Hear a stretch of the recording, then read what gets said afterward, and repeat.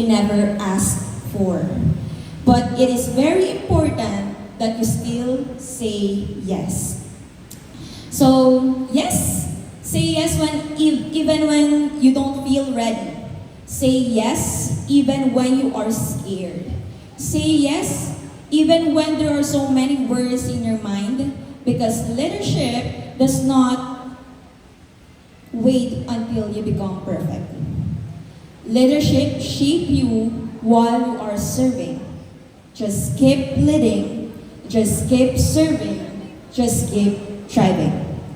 Because along the way, you will be surrounded by the people who believe in you, even before you believe in yourself.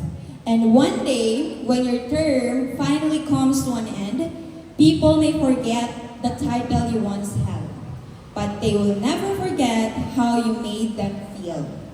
They will remember your kindness, your sincerity, your willingness to listen, your courage to stand for what is right, and the genuine service you gave without asking for anything in return.